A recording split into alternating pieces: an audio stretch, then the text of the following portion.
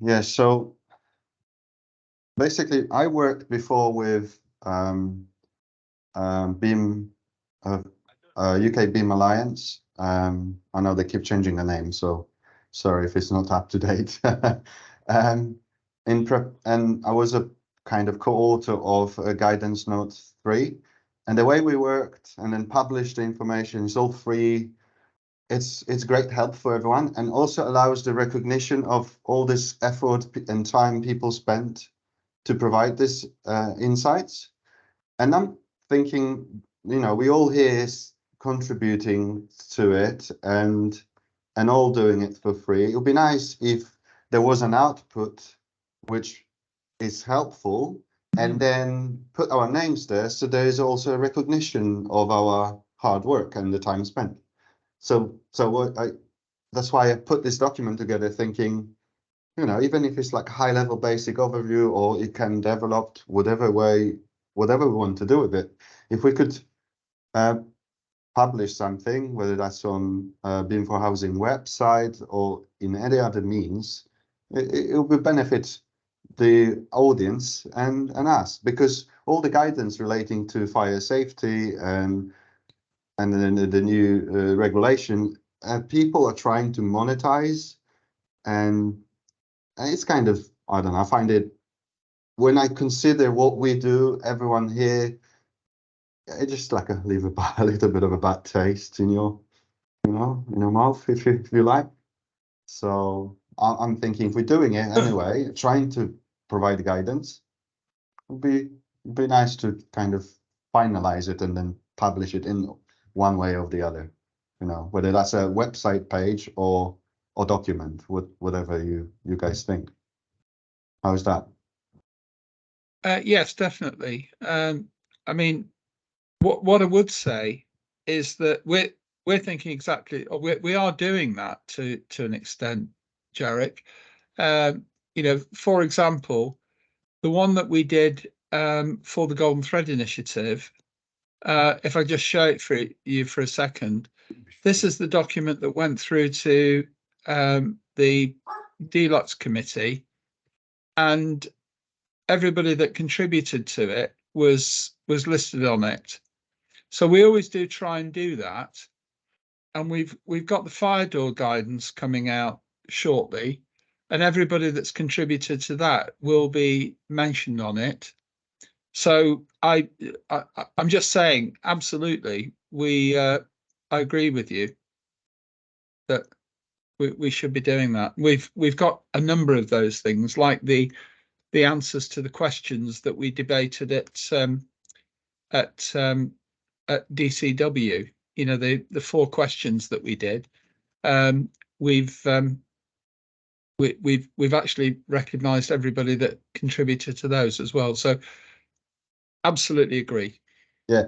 So I'm not trying to reinvent the wheel. I know you do recognize everyone's input, and in every post you send and everything. That's great. So I don't want to reinvent the wheel. So if you think or pointless to create another document only because I had the idea, let's just maybe use the information there and then copy and paste that elsewhere. Yeah. No, I'm agreeing with you. I'm supporting you. I absolutely agree with what you're saying. Okay, great. So let's just share my screen.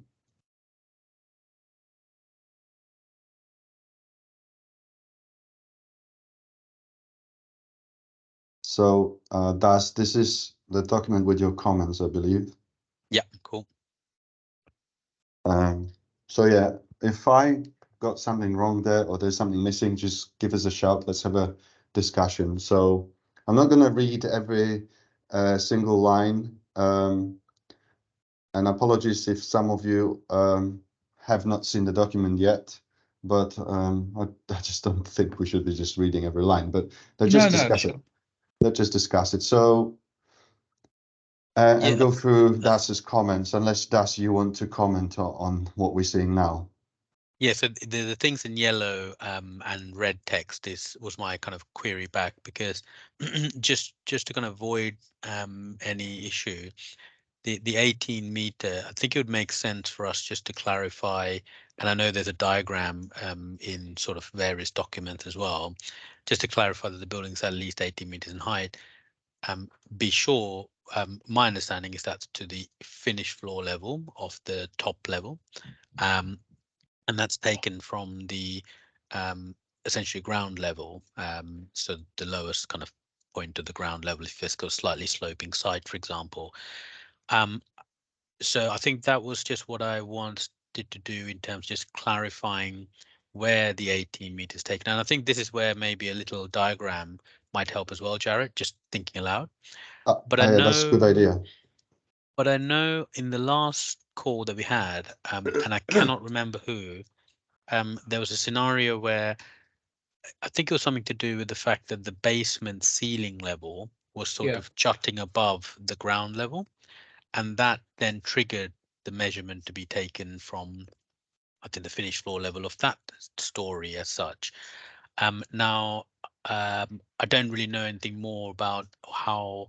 Yeah, I think Chris is just saying the more diagram. Agree that diagrams kind of hopefully kind of take away any ambiguity in terms of wording, but that is the only thing that I remember from the last meeting. But like I said, I can't remember exactly, and that's why I thought I'd review then also review the implication of having a basement which is above ground, so like a semi-basement level. I don't know who best we could ask, George. I know obviously we've got people in the groups, generally the wider group from the building safety regulator. So maybe that question can be asked: can someone just draw a diagram, and what does it mean if the ceiling height or the basement isn't actually fully below the ground level, that we in a flat world, and also maybe a sloping world? Yes, yeah, I remember the comment, and somebody showed an example, didn't they? Yeah, I really can't remember. Apologies if you're on the call, but I can't remember who it was.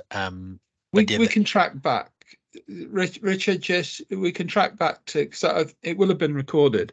So I think it was in the last design group meet. Was it in the? I think it was a gentleman from the housing association. Was it Orbit? No, I don't think it was Orbit. Well, if it was in the last design, we can find it. Yeah, I don't know whether it was in the last, because the last design would have been 2 months ago, wouldn't it? Yeah, the thing is, George, that's been raised several times. I've raised it a couple of times. So that's been raised a number of times actually over the last few months. There was definitely one that I remember it quite clearly.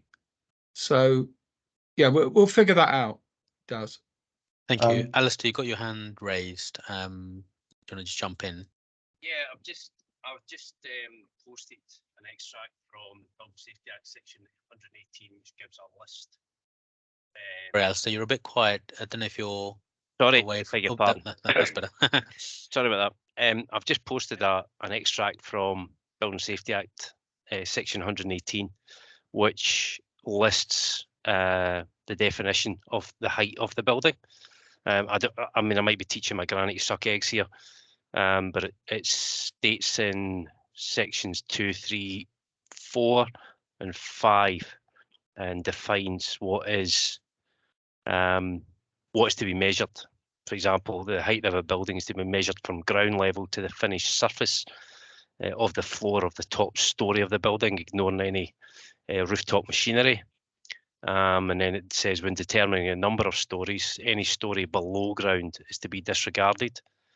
And then it talks about mezzanine floors and the level of the surface of the ground immediately adjacent to the building, in terms what it defines as ground level. So I don't know if that's helpful, or if it's, as I say, apologies if I'm teaching my granny to suck eggs.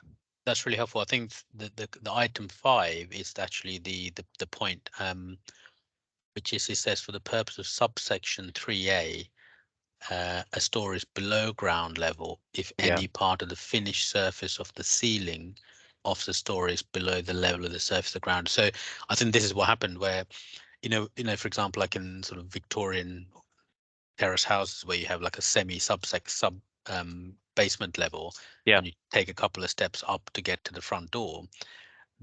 that would mean that ceiling of the basement is above the ground level.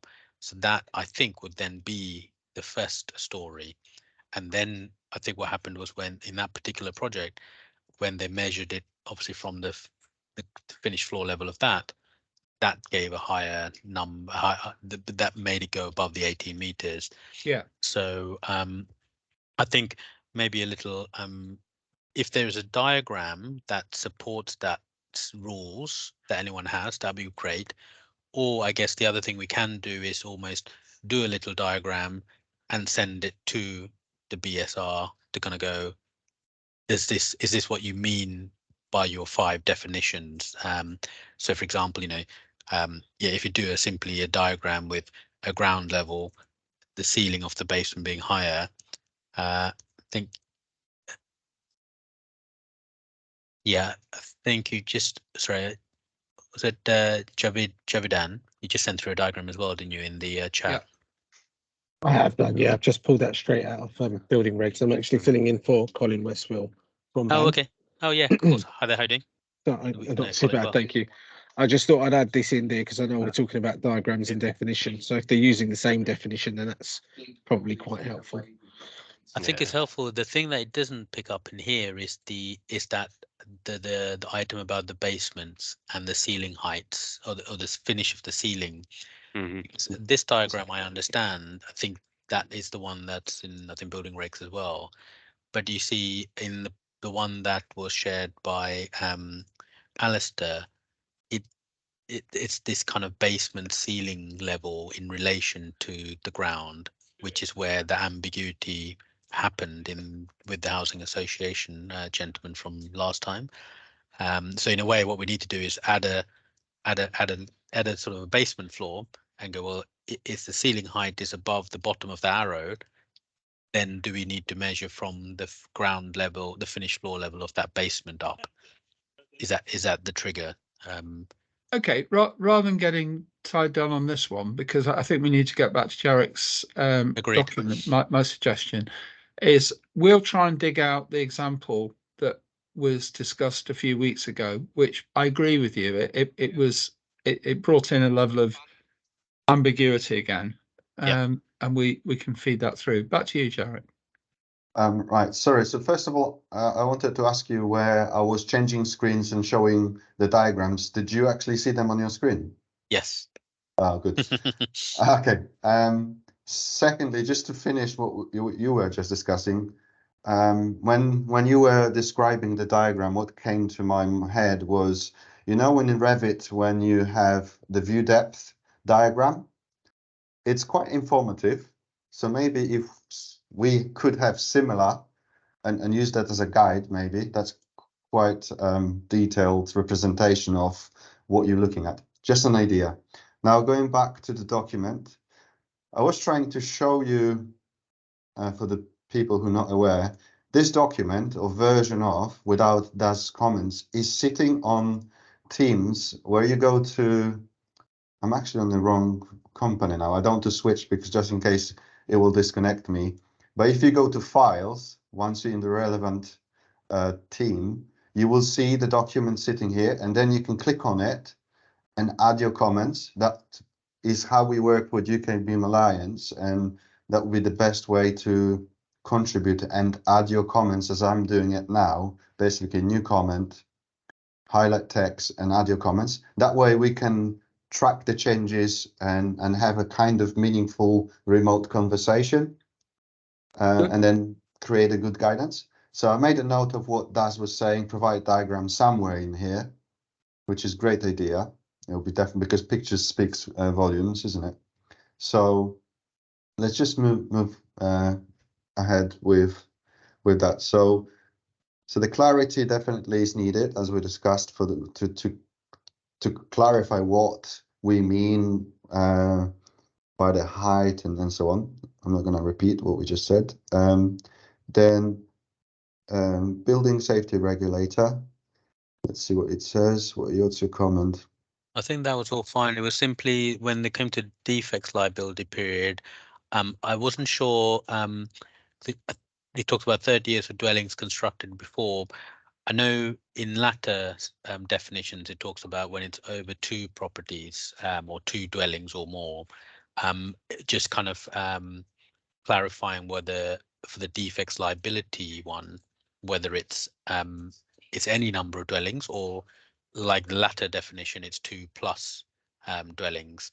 So for example, for the 18-meter, it doesn't if it's more than, it needs to have 2 dwellings or more rather than 1. And then I'm just questioning when it says constructed before, that I'm assuming that is whenever practical completion is the trigger date for constructed before. So, because obviously it talks about June 2022, assuming that means that it's practical completion was achieved before 2022 June, not some other construction random date. Not that it was started to be constructed before 28th of June 2022, if you see what I mean. Yeah, that's a good point. I just make a note. If someone has any comments, please go ahead.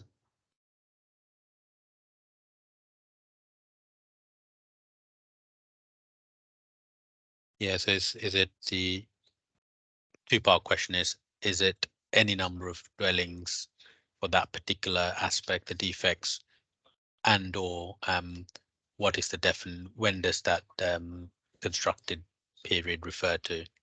Those are the 2 things I think I had. So yeah, trigger date, a number of dwellings to confirm. Yeah. Right. Now gateway process. Hold Then on. You got another one. Yeah, it was just I think the BSA will become operational in the next few years, but that it is already operational as of April. Sorry, October, wasn't it? So Yeah. Okay, let's just drag this through. What can I do? No, I can't comment. Hold on.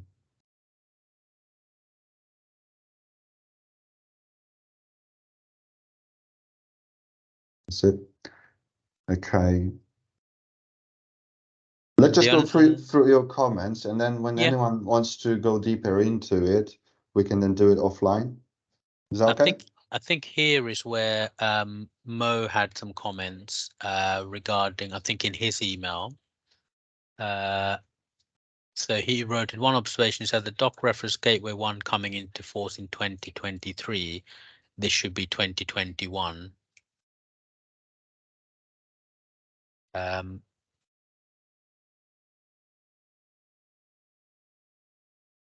Yeah. And then he sent through 2 links, which what I will do is I'll just copy his email into the chats for the benefit of everyone else who wasn't copied into his email.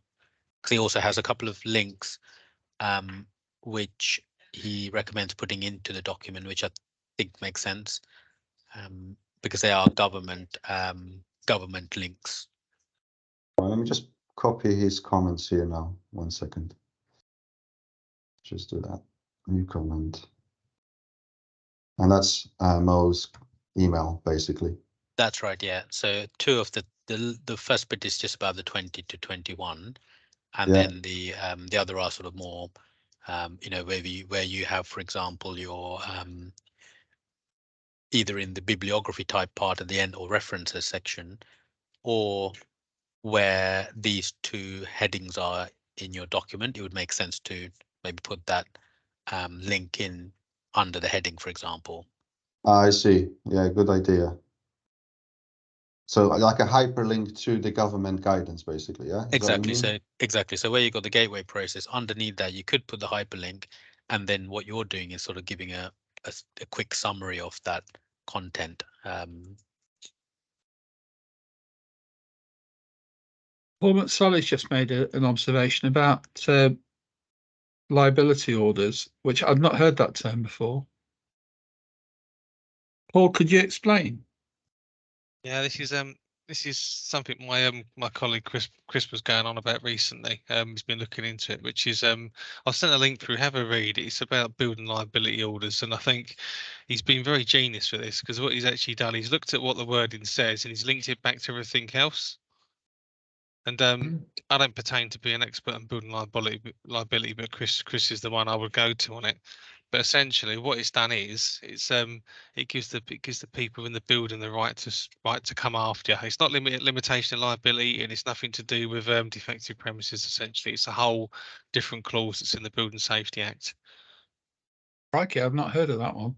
No, I don't think it's had much airtime. I think Chris Wade. You don't know Chris Wade. I'll get him introduced to you, George. But he did a really good piece on it.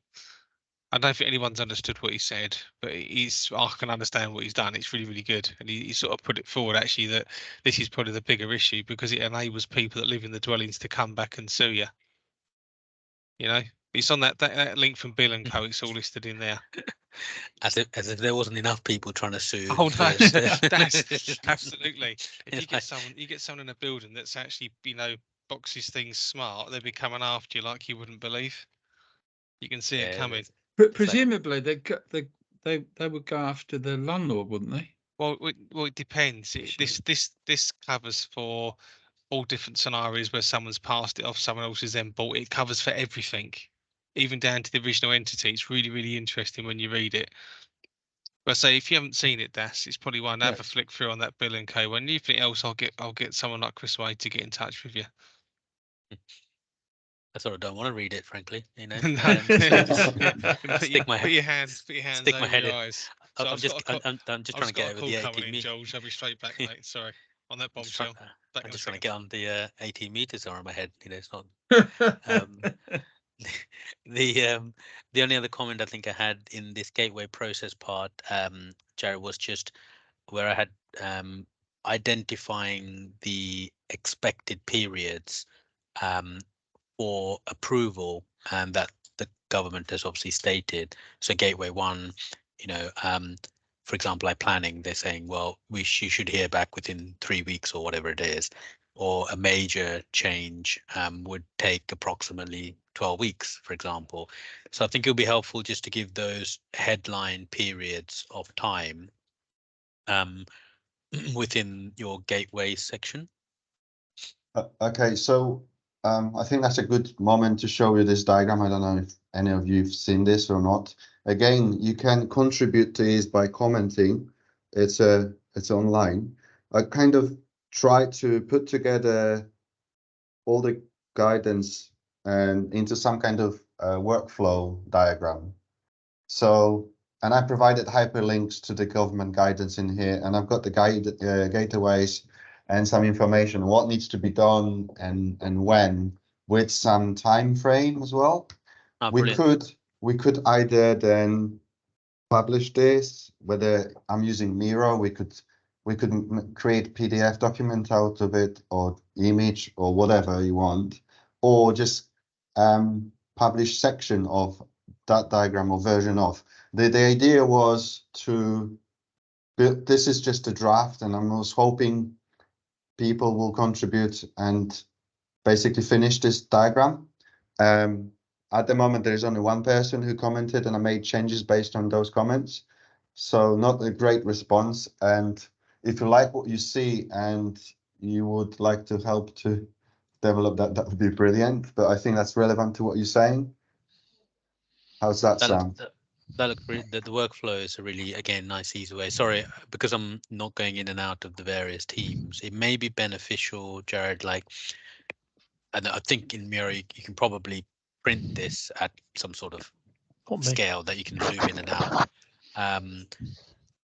So that I guess we could share it across the email platform, and then asking people to add comments, like using Adobe commenting or something like that to feedback, just to kind of, in case like myself, I'm not going into the Miro board that's live through what you've obviously set up, just to make it kind of user friendly for the general team members.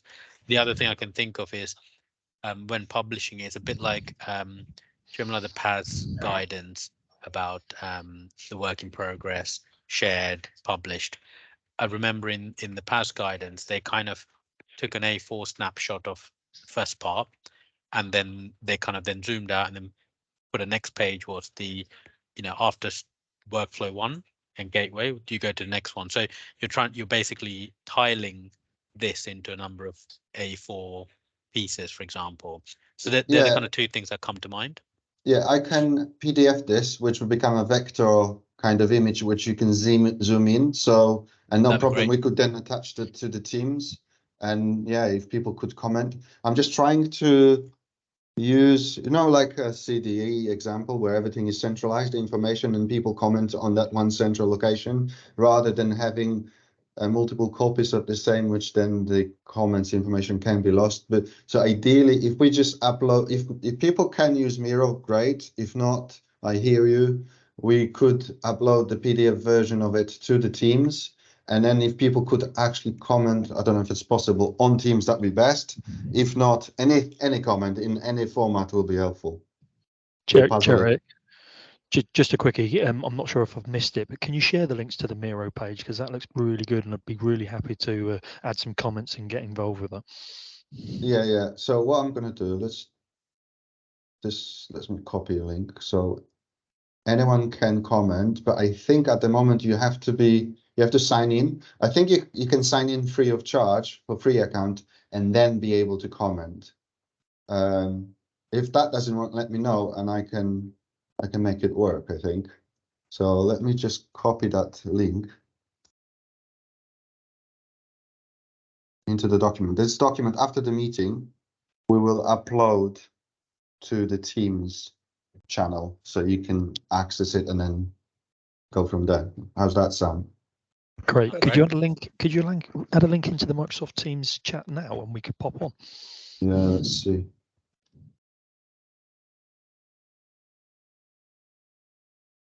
Right. Should be all there.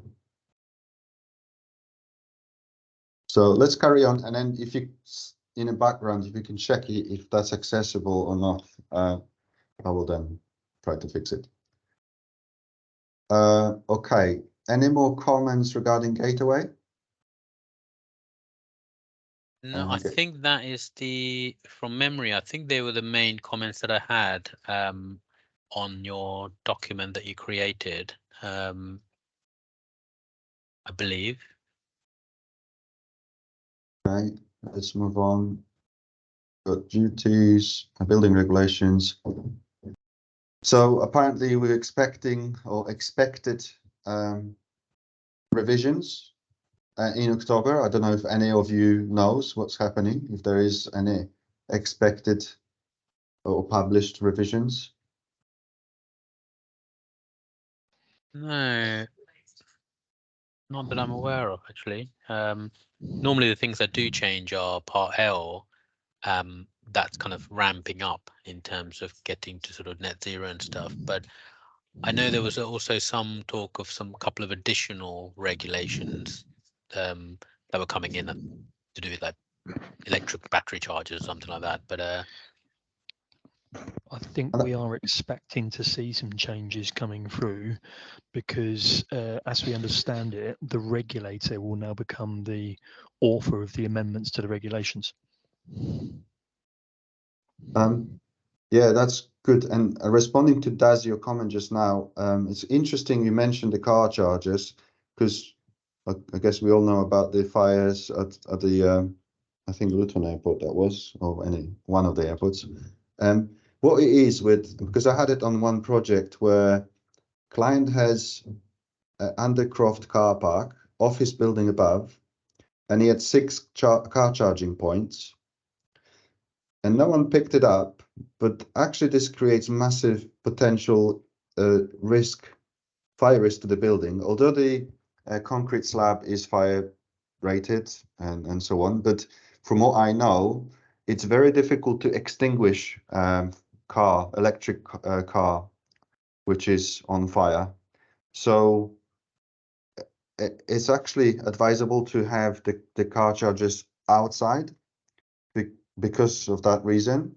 I didn't see any guidance about this, but what's your thoughts?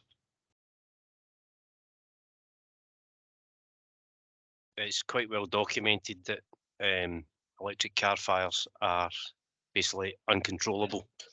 There's plenty of evidence on site. If you actually look at the fire and rescue services in the States, some of the fire and rescue services in the States have particular procedures for electric car fires. One of which is that the vehicle, once the fire is out, the vehicle is then loaded onto basically the back end of a dumper truck. You know, these kind of skips that come off the back of dumper trucks. It's then taken away and left in a field for 2 weeks. Just to make sure that the fire won't actually break out again, because the other problem with lithium-ion battery fires is they're difficult to put out because they don't like water. You add water to the fire and it's like pouring water into a chip pan fire, fat fire. It just exacerbates the problem. One of the there are some fairly tight restrictions on lithium-ion fires, which has been known about for quite a few years. I started seeing things coming in, particularly with regards to the storage of these batteries in factories for delivery, and that's even going down to things like cordless tools. That if they are damaged or if they are susceptible to excess moisture, they can start to take off. So, and that's with small batteries for cordless tools. We see regularly postings about these electric scooters and the fires that can develop from them. If you consider that a car battery, particularly for an electric vehicle, is quite a sizable chunk of material, and lithium ion, when it does go on fire, it's just awful. So what do we do? Because maybe there is, but I personally have not seen any actually guidance or concern, because in high-rise buildings, there's typically a car park, undergrowth car park. Yeah. And because the government is driving for electrical vehicles, there will be car charging points. And if this fire is taking, I don't know how many hours to extinguish, or days, there's no way the structure of the building can provide protection against that. Oh no, don't get me wrong. The fire doesn't go on for ages. The reason that I mentioned about the disposal of the car left sitting in a field is that there is a thought that the fire could erupt again, if it's not been fully spent. Not everybody has the same guidance. But I suppose the other way to look at it is, well, okay, in car parks, and is an electric car fire, and I don't have research on this, is an electric car fire as bad as an internal combustion vehicle fire? I see. Yeah, good point. Because at the end of the day, when a vehicle does go on fire, you can actually have the profile of a hydrocarbon fire. Because when you actually think about an internal combustion engine, well, you've got diesel, petrol, tons of plastics. So when it goes up in flames, I mean, that's a fairly intense fire. You only have to look at the damage that was done by the car park fire that was in Liverpool about 4 or 5 years ago. Mm. And that was before electric vehicles were, de rigueur. They were only, they were kind of more of a rarity. And when you actually see fires being developed just by an internal combustion engine type vehicle, the question is, well, is it more intense than, what is worse, or are they the same? I mean, I don't know if there is any research on this, or there's been any comparison. I don't know if actually anyone's gone away and set fire to an electric vehicle and measured the heat flux from it, and set fire to a diesel and a petrol car and measured the heat flux from that and say, well, actually they're pretty kind of comparable. Yeah, I see. Sorry, before scaring Paul's got people his- off. Yeah, Paul's got his hand up. Yeah, I was just going to say, hello, Alistair. How are you, mate? I Hi. spoke to you for a while. Hi, how you doing? How's it going to Hilton? All right, all good? Yeah. Yeah. Now, I think there is that Adrian Butler for the FPA did some guidance on. I think it's called RC54. I think is the name of the document, right? And basically, I think you're not obviously quoting Adrian Butler. What he said is that the actual fire load of the car itself is actually not that much different. The issue with the battery is that it's the jetting. That's the issue, and he goes through it in his report. And I think there was one that was done by Alps as well that actually looks at the actual fire profile loading, because, and I mean, you've obviously Liverpool was bad enough, but you've obviously had Luton as well, haven't you? Yeah, And yeah. that's all a bit hush hush. I don't know what's going on there, but you've obviously got loads of battery cars in there as well, and Mhm. you know it's unsprinkled. And to be honest with you, do sprinklers really protect against battery cars? I'm no expert, but I'm guessing probably not. No, Um, because sorry, because as I Yeah. said earlier on, my the information I have is that if the fire and rescue services turn up and start sprinkling water onto a lithium-ion battery fire, then it's, as I say, it's, to me, it's like putting water inside a fat fire. Yeah, I'm not too sure with hydrogen and oxygen and electrical current, you know, that's still there. Are you producing hydrogen and oxygen as well by putting water in it? I don't know how that kind of No, pans out. no. Well, But yeah, he should I did. just say, Yeah. I guess I think generally there's obviously concerns about various sort of electrical scooters or mobility, etc., in Resi as well. But I think it's safe to say, I guess there probably is. Just going back to Jarek's obviously structure. I think there probably are some regulations which are going to be changing, but probably easier just to check on like the gov.website website about reiterations. I did just see Alistair's your link to the how to measure a building, and in that the diagram in there is really useful because it has got that sectional diagram. So I guess that is something we can take, and I'm assuming because that is obviously a company, isn't it? Yeah. So we would want to get it verified by building safety. Mhm. Did that diagram there, just when you click on that, Jared, building height diagram, because it talks about if the basement ceiling is above the lowest point, then it's considered a floor. So it seems like from the previous meeting and from this diagram that that is a thing. I guess it's just getting that verified by the regulator, just so that we're not necessarily relying on third party as opposed to the government guidance. Could I just take the opportunity to raise a question on that you know you guys may be able to answer for me on about building control? And my understanding is that what now is happening is that the regulator or the HSE will be authorizing private building control companies to perform the role of the regulator. So they will be qualified to undertake that role. Is that everybody's understanding? My understanding, George, is that you had to register, even if you're an approved inspector at the moment, you had to register specifically again, or re-register with the building safety regulator to become, I think, like an approved inspector again. Exactly.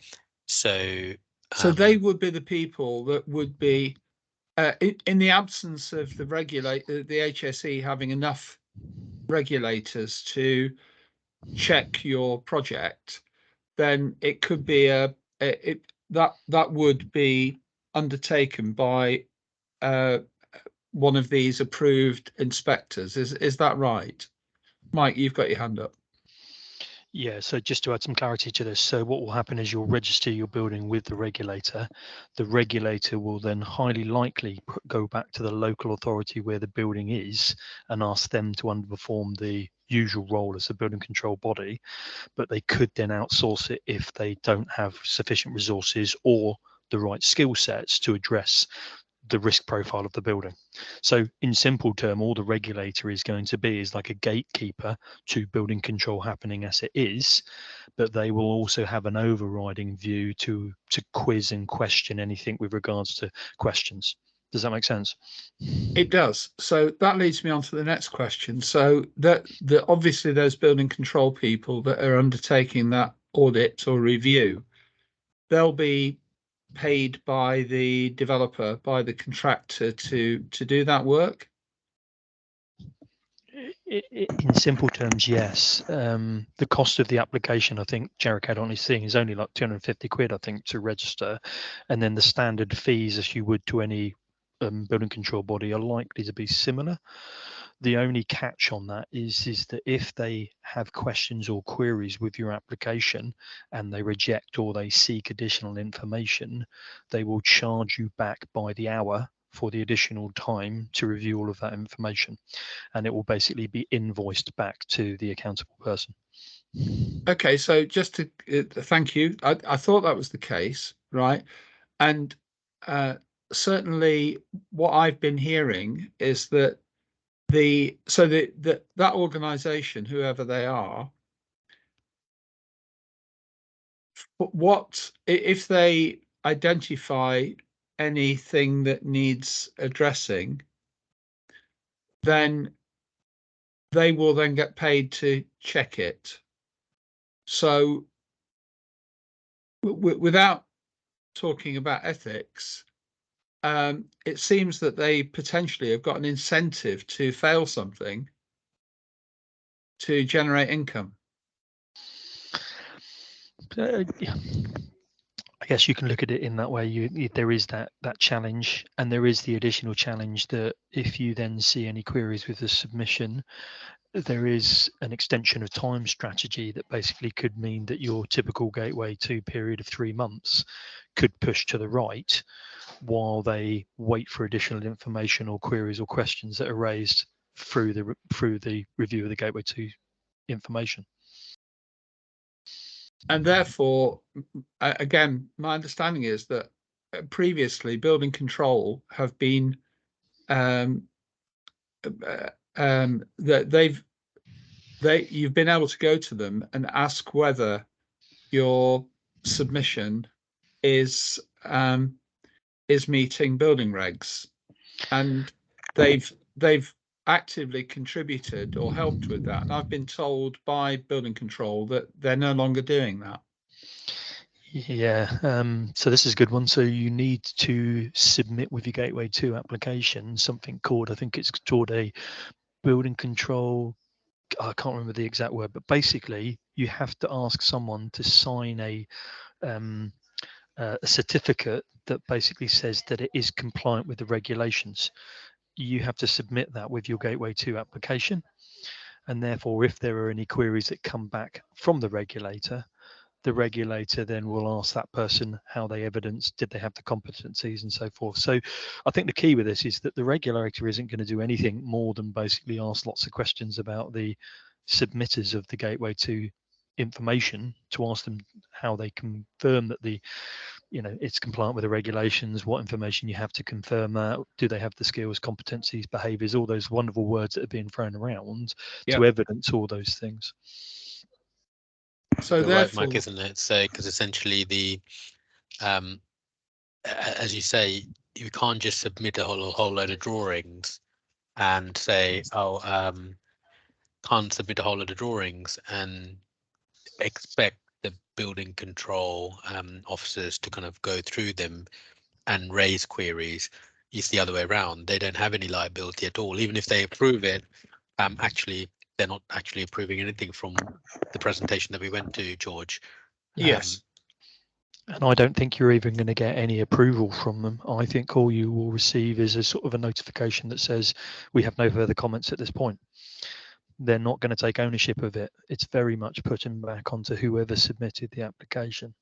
Just one more thing to add on this, because we've been looking at this building control challenge review, because as part of your submission, you have to have sort of basically this evidence. If you wanted to pre-consult on an application with a local authority, they run the risk that they would jeopardize their ability to pick up the follow-on works. So let's say, for example, we have a job in Bristol. We want to go and speak to Bristol local authority about the scheme. If we do that pre-consultation ahead of submitting the Gateway 2, they will probably jeopardize their ability to be able to pick up the actual application when it goes through Gateway 2. Because of that, a lot of local authorities are suspecting they won't give pre-consultation advice because they have better fees to do the full Gateway 2 assessment rather than the pre-consultation, which is quite an interesting dynamic to consider. So you're going to probably have to go to an AI and say, can you give us advice on the basis that it may come back to the local authority where the building is located. What's an AI? An improved inspector. Approved inspector, which could be the building control people that Daz was talking about earlier. Potentially, yes.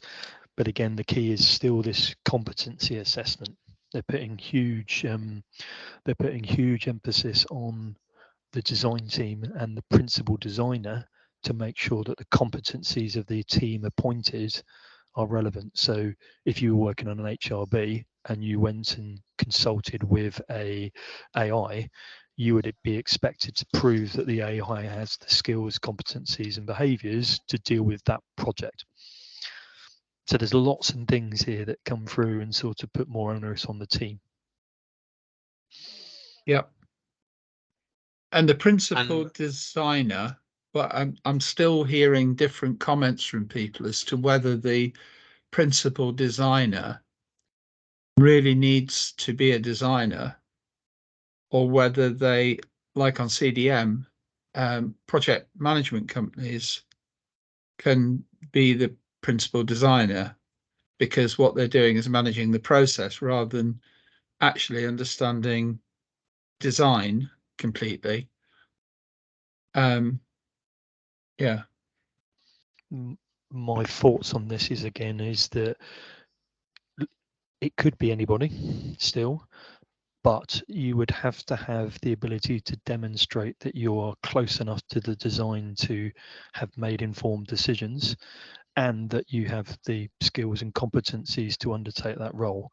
So you couldn't just be a project manager and then say I'm the PD if you don't have experience in HRBs or whatever, hospitals or whatever the project is. So we're probably likely to see more of a shift back to that role being undertaken by design-led consultants or designers, because they have probably greater control of those decisions and processes rather than project managers or QSs or whoever else it is who's undertaken that role. Mike, I think you said that your team are going to be providing that service, are you? We are, yep. And we're also distinguishing the differential between PD CDM and PD BSA as we see it, or BSR if you want to see it, because again you've got to see that sort of definition between those two. Yeah. And if I'm not mistaken, also with the sort of certified building approval kind of, I think there are different tiers, isn't there, that they also get certified for, depending on their skills or experience. Is that correct? I think that's spot on, Daz. So there's basically like a grading of the officers, and they have to have achieved a certain amount of qualifications and skills, and those criteria will be the basis on which they will select who can review those buildings. And George, I think that was it was a presentation that was done by Andy Lowe from Bureau Veritas. That he was kind of, he's a we worked with him as an approved inspector on various projects and various guises that or companies we've been working with. But that's kind of where I got that bit of information from. So a bit like Mike or Andy, I'm sure can also contribute into that. Excellent, good.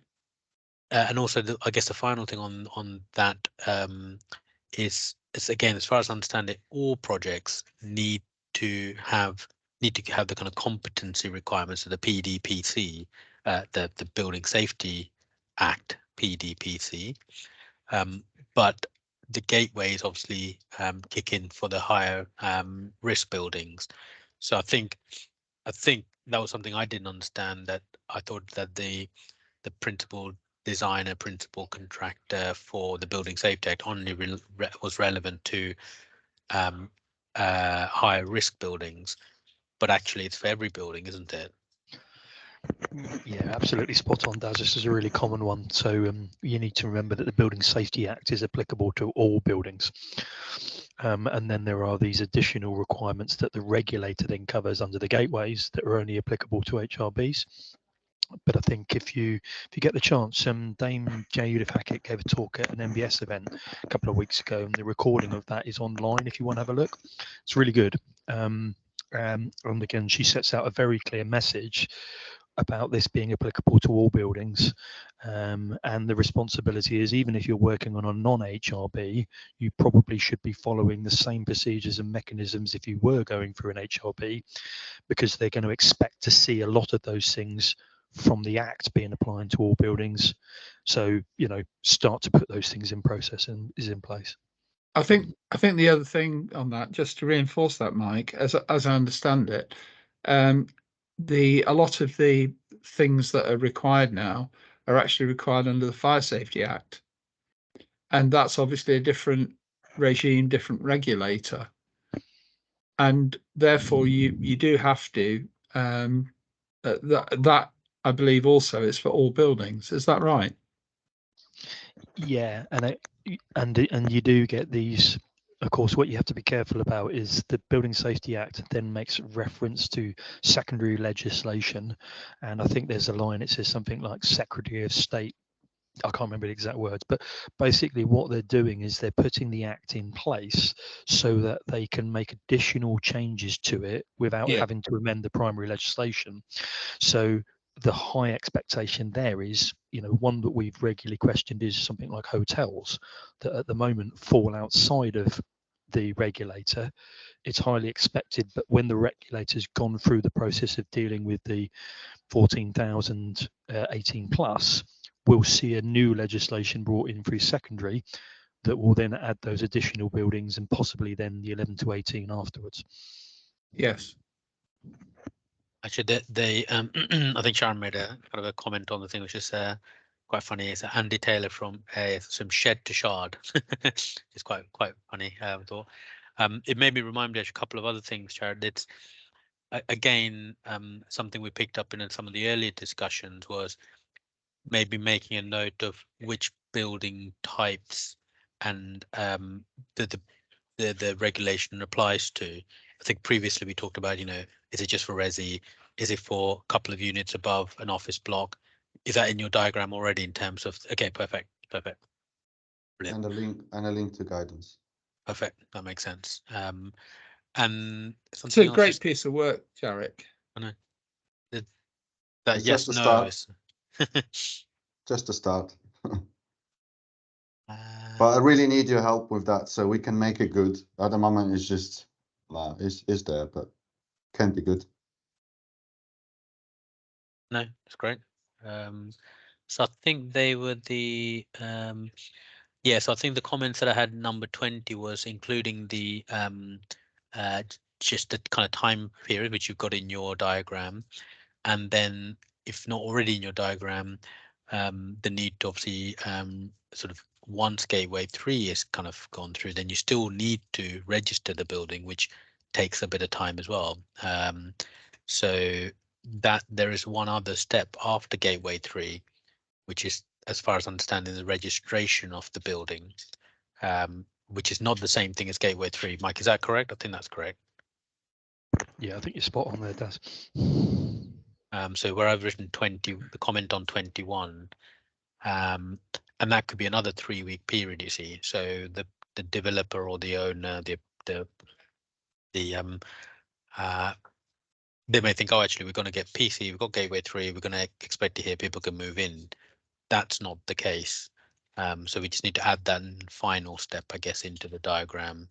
And the only other final comment I had is I can't remember, Jared, in this document whether you talk about sort of works, what would trigger an existing building to then have to go through the gateway. Obviously, the height of the building and the use class is one, but then what types of activities to an existing building would then constitute it having to go through the gateway process, i.e. what happens if you're just changing your windows? What happens if you're, doing some brick pointing?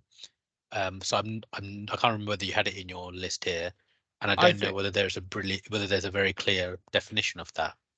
That's a really important thing that I think we need to be covering. So if, for example, somebody's renewing or refurbishing the compartmentation, or they're replacing all the fire doors, for example, is that considered? I mean, I think that sounds as though that's something that would be notifiable. That's a good point. It's not included at the moment, but it needs to be. So there is some guidance on this. They're pretty much the guidance is anything you're doing to HRB is notifiable. It's the starting point, but they've listed out something called the exempt works list, I think is the exact title, which basically gives you some list of items of things that you can do without having to go through the gateway process. So what I'll try and do is I'll try and find the link to that guidance for you and drop it in. That'd be great. This thing you got here is fantastic, Jarek. This is exactly, we're doing something very similar to this internally, but we're more than happy to populate and give you some of our documents as well, Jarek, because hopefully then you can see some overlap with it, and I'll add some additional guidance on here for you directly. That would be great. Yeah, it's really good, Jared. Yeah, I mean, the other point with this is that we've got the safety case side of things, which obviously from a design point of view you're perhaps not as involved with, but certainly the landlords have got to produce safety case reports, and I think there's a perception at the moment that they have to produce those reports every 5 years, right? That doesn't seem to be the case. You have to keep them up to date. So therefore, the changes that we've just been talking about there would initiate a new safety case report, because the safety case report needs to reflect any improvements and things that have taken place. So it's not something for our design group to be talking about, but it's very relevant to make sure that the information side of things is dynamic.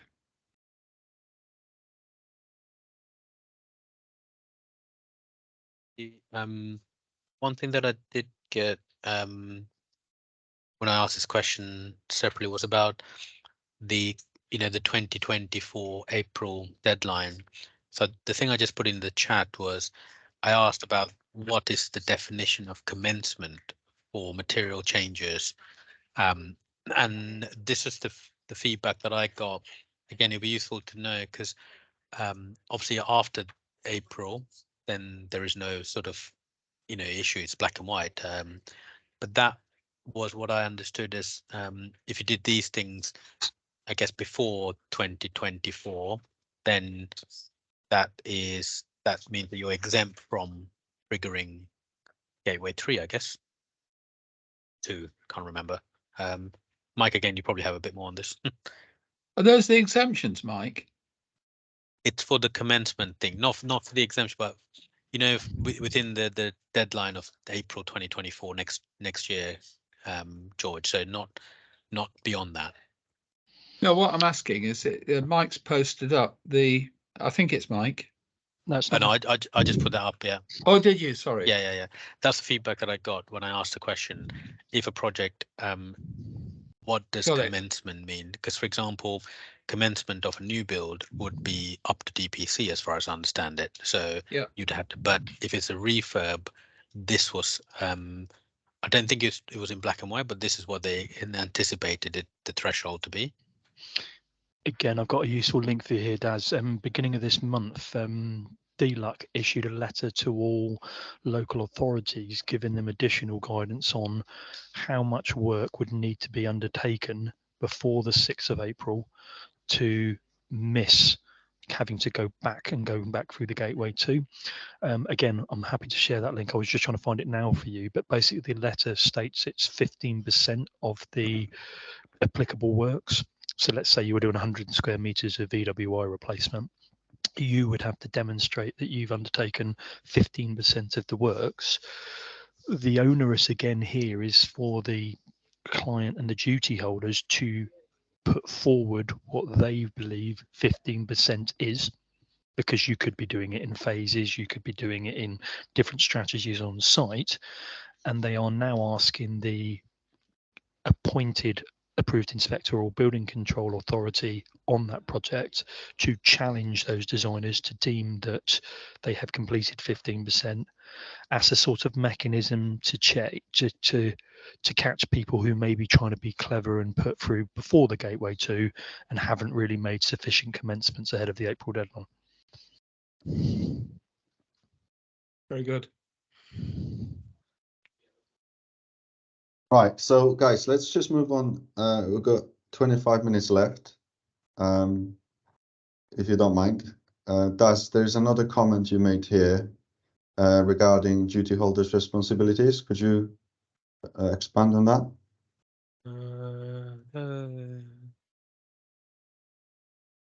I don't think I did do that. I don't know. I don't. Cross-reference second relation. No, I didn't. Okay. I didn't do that. Sorry. I think maybe, no, sorry, that's probably me typing and it went to the wrong place. Yeah, apologies, take that back. Right. When I was trying to find some information and cross-references between CDM, I couldn't find much cross-references. Do you know if there is any additional guidance or cross-referencing between the new standards and Safety Act and Fire Safety Act, the Building Safety Act and Fire Safety Act, and implications? I just got that generic points. As far as I'm aware, even though annoyingly the PDPC acronyms are being used for both the Building Safety Act and the CDM, there is no. I think technically they're very different things. So I don't know whether actually in this document, thinking aloud here, you don't include CDM into this particular document and just leave it to do with the Building Safety Act, Jared. I don't know what others are thinking is, because yeah, annoyingly they do use the two different things, but they are two different. I think Michael's alluding to, they're two different competencies, experience to deal with CDM, being a principal designer and under the CDM, and being a principal designer under the Building Safety Act. So it probably is best not to muddy it or confuse it, or suggest that there is some sort of synergy when there isn't. Yeah, good point. So any other comments from anyone?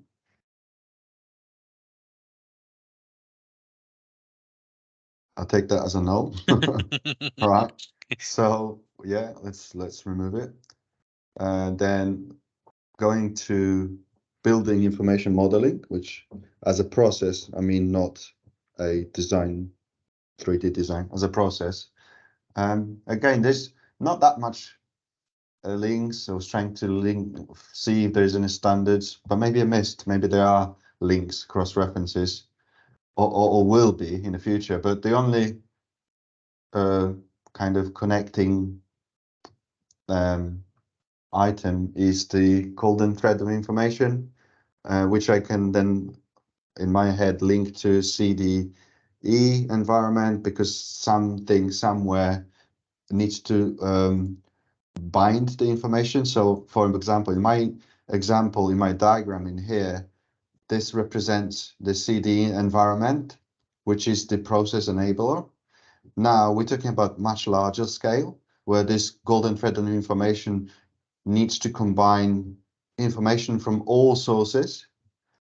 And I guess this is kind of, I don't know, a platform where various CD CDE environments are then combined and information flows in between them. I don't know. What do you have any comments on that?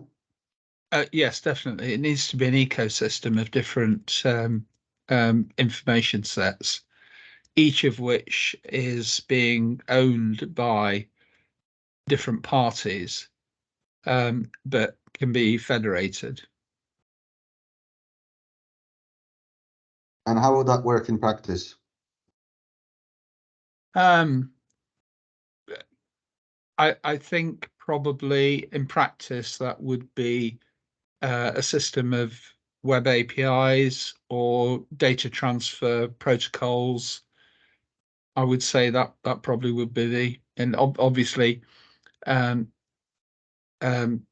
like IFC, but not exclusively IFC, as being a way of standardizing the way data is structured so it can be interoperable.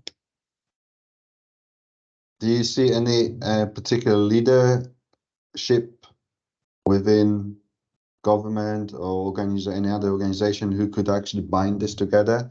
Because I sense there will be a struggle to enable the information flow.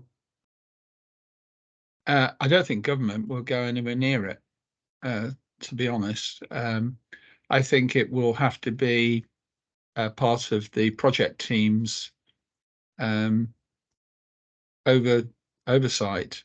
You know, that's something that really should be sorted out within either on a new build or within the asset information strategy for the organization. Okay, now it's a question similar to CDM. Do you think, because there's not much referencing except the golden thread at the moment, do you think this building information modeling should be taken out of this document or just stay there as a kind of reference for future development? Yes, I would think probably the latter. Leave it in for B. I mean, I'm inclined to say it's building information management actually, rather than modeling. Good point.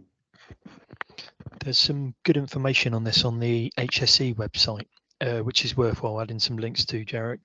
So where they are giving you information about what they say is storing your building's information and the golden thread.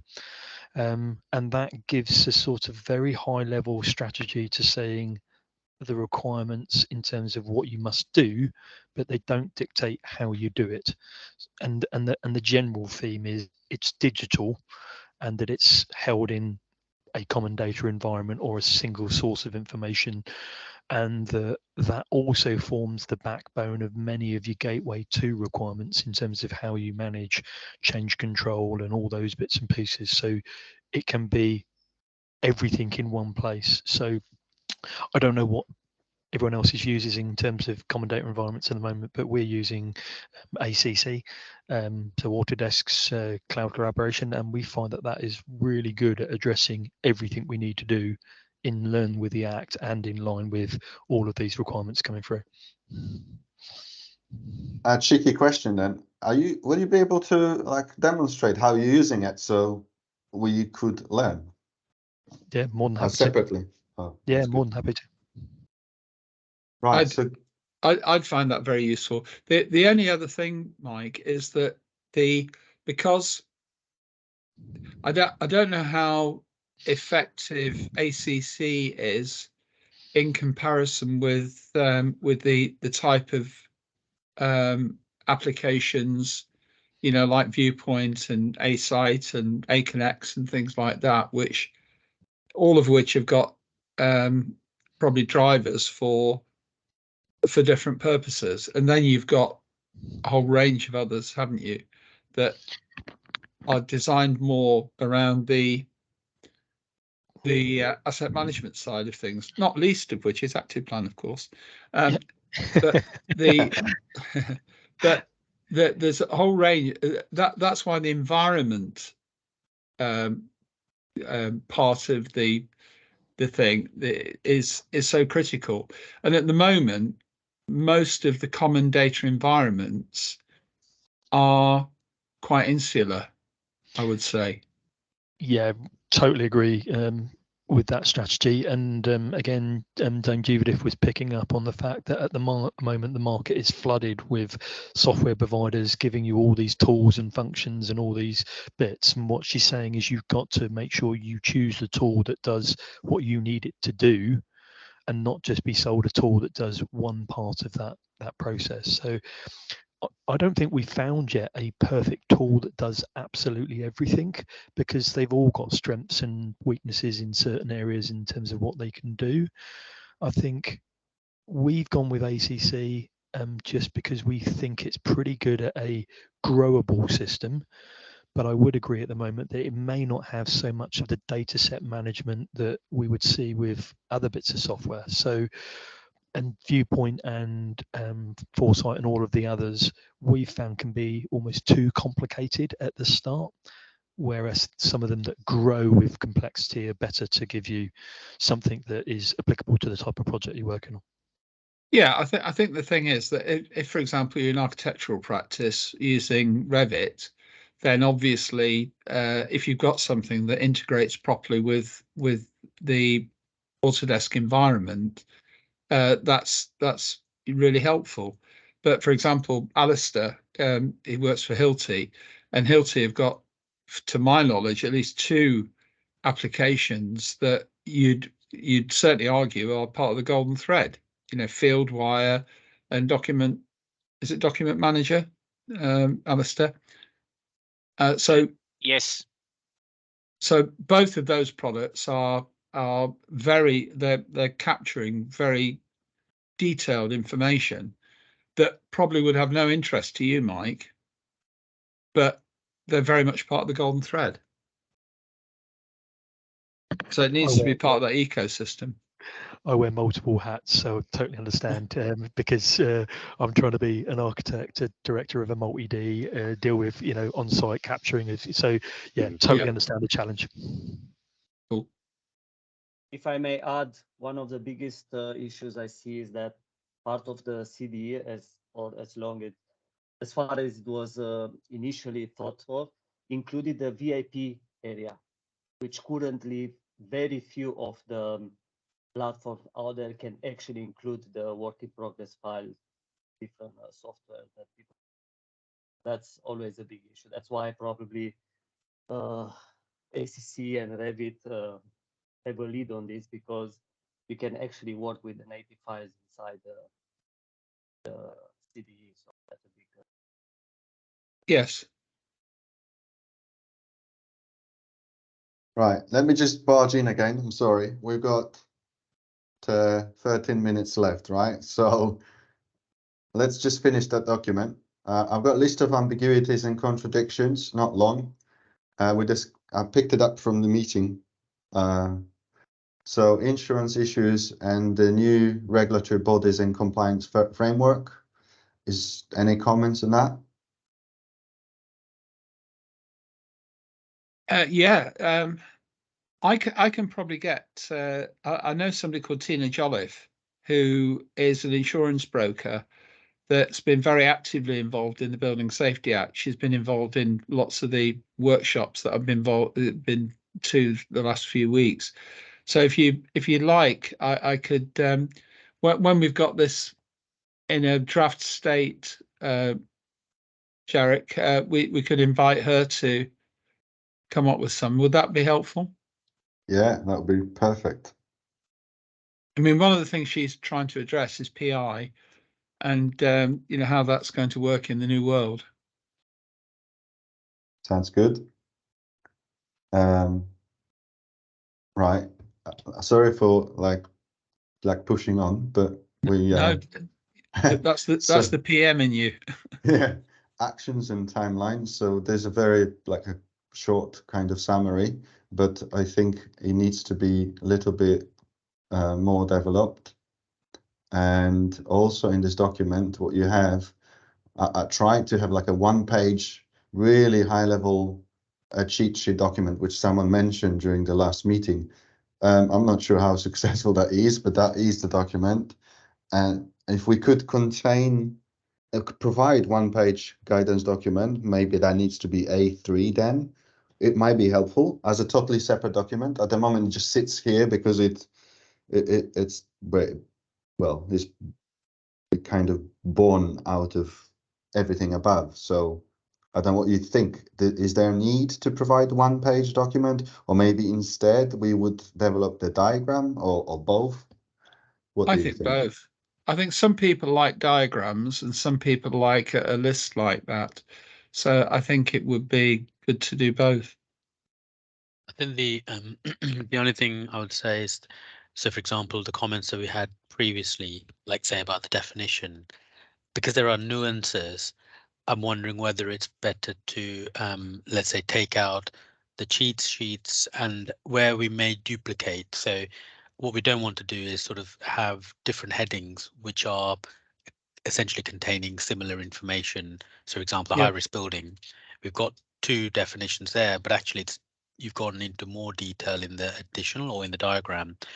In a way, I think it's almost nicer to have a 4-page document in full, which the relevant levels of detail are captured where they Okay. are originally, rather than necessarily kind of have the initial high risk definition, then a narrowed down version here, and then another one in the diagram, because the nuances will get lost. But That's I'm viewing it as, you know, like a website landing page where you just see summary and then you got hyperlinks to more detailed granular information. So this is meant, in my head, meant to be a standalone document, not part of this. yeah. Well, look, I think that let's kind of get it out there and then get the things. It's just yeah, I guess the problem with the cheat sheet is because it is quite complicated, it might mislead people. Like the building height, for example, it's 18 meters or 7 stories, but actually there's a couple of very important nuances as the diagram discussion picked up, which might actually kind of send people the wrong way. So you can have a you know, additional information or hyperlink to it. Yeah, makes sense. I think a hyperlink would be a good way of doing it. Yeah. Right, so let's move on. And then the same information in different format, just as a sample, I tried to see what it will look like. People have different preferences, so I don't know what you think. Just have a look at this process map. So this is basically information I used to do this, and it's not relevant, so it can be deleted. So I just, not that I'm showing off, but this is provided a link to. This is basically the process map I developed working with 2 other people for UK BIM framework. What you see here is the whole ISO 19650 part 3, the whole standard on 1-page document. So that's what I'm trying to do, is provide not necessarily exactly looking the same way, but I would like to do, if we could do together a similar document. We'll capture everything in a simple way, and we can provide hyperlinks and everything else. So yeah, this was the basis for the process map, which can be now deleted. That's all really. We went through the whole document. We have 7 minutes left. After the meeting, if I can myself upload it to Teams, if not, I guess I ask Gis to do it. And together with the PDF version of this Miro, but the preference would be if you could comment on Miro, that will be quicker. But anything, whatever comments you may have will be, and whatever format, it will be really helpful. And we could hopefully provide people with some more guidance, and also that'll be guidance for us as well, I suppose. I'll stop sharing my screen now. Richard, I'm wondering whether it would be useful to mention this in like next Thursday's meeting, just to say that this is something, you know, I'm thinking with the community, because Jarek, we're going to have about 200 people hopefully next Thursday for the meeting. Yes, so yeah, we're going to put the link. Jess is going to put the link in for the meeting now for anybody who hasn't actually signed up already to register. We're expecting, it's a big meeting. We've got we're finalising 5 or 6 questions on the building, particularly critical questions that we're putting forward through to the HSE and the Levelling Up Committee DLUC. So just to put the registration link in there now. So anybody who hasn't signed up, maybe you'd like to do that. Sorry, I know I interrupted you, George. I didn't want to forget. No, sure. So the point about that is that we've got about 200 people coming to it, hopefully, and what we're going to have is a panel. We've got a guy who's an expert in safety cases, and he knows the HSE very well. He's the safety director for Tetra Tech, which is one of the biggest consultancies. They own Hawley and White Young Green. So he's going to be on a panel with us. Chris Waterman, who was on earlier, but he's got contacts in government. He advises the the MPs and people who. So if we can feed him some questions, Dave Williams from Origin Housing, who's been one of our stalwarts in BIM4Housing, but he was also, I think, probably one of the first to produce a safety case. And me. Yeah, so we've got a panel. So what we're doing is we're having questions that have been developed through largely through the development group. Is that right, Richard? Well, development group, the operations group, and the advisory group. Yeah, so we can share those, but it's questions like what we were talking earlier on building control, also the second staircase. We're looking for sort of clarification from DLUC or the HSE. So that's the proposition, or that's the plan, and we're going to be inviting people to share their to agree the wording of the questions, and then that's going to come out from BIM4Housing as our considered questions, things that aren't clear that we're asking to be clarified, so we can incorporate some of the things that we've been talking about here. So the point I was making was we're going to have a community there, Jarek, with people who hopefully are potentially could contribute to the Miro board. Absolutely, sounds good. And I think maybe we spend in the session, Richard. We can talk about the session, but maybe we cover the 2 or 3 things like the fire door work that you've got coming out, the publication, and also the 4 questions that we did at DCW. Yeah, absolutely. DCW. So we're looking to build on those so that we can turn that into a publication that we can actually use as well. Good. Right. Any other questions? No, I think Jarek, thanks again for pulling all that together, because that's been a really useful prompt for this, again, really informative conversation. So thanks, Jarek, for all of that, and everyone who contributed. Yeah, I agree. Really looking good, Jarek. Thanks for that. Thank you. And see you all soon. Okay. Yeah.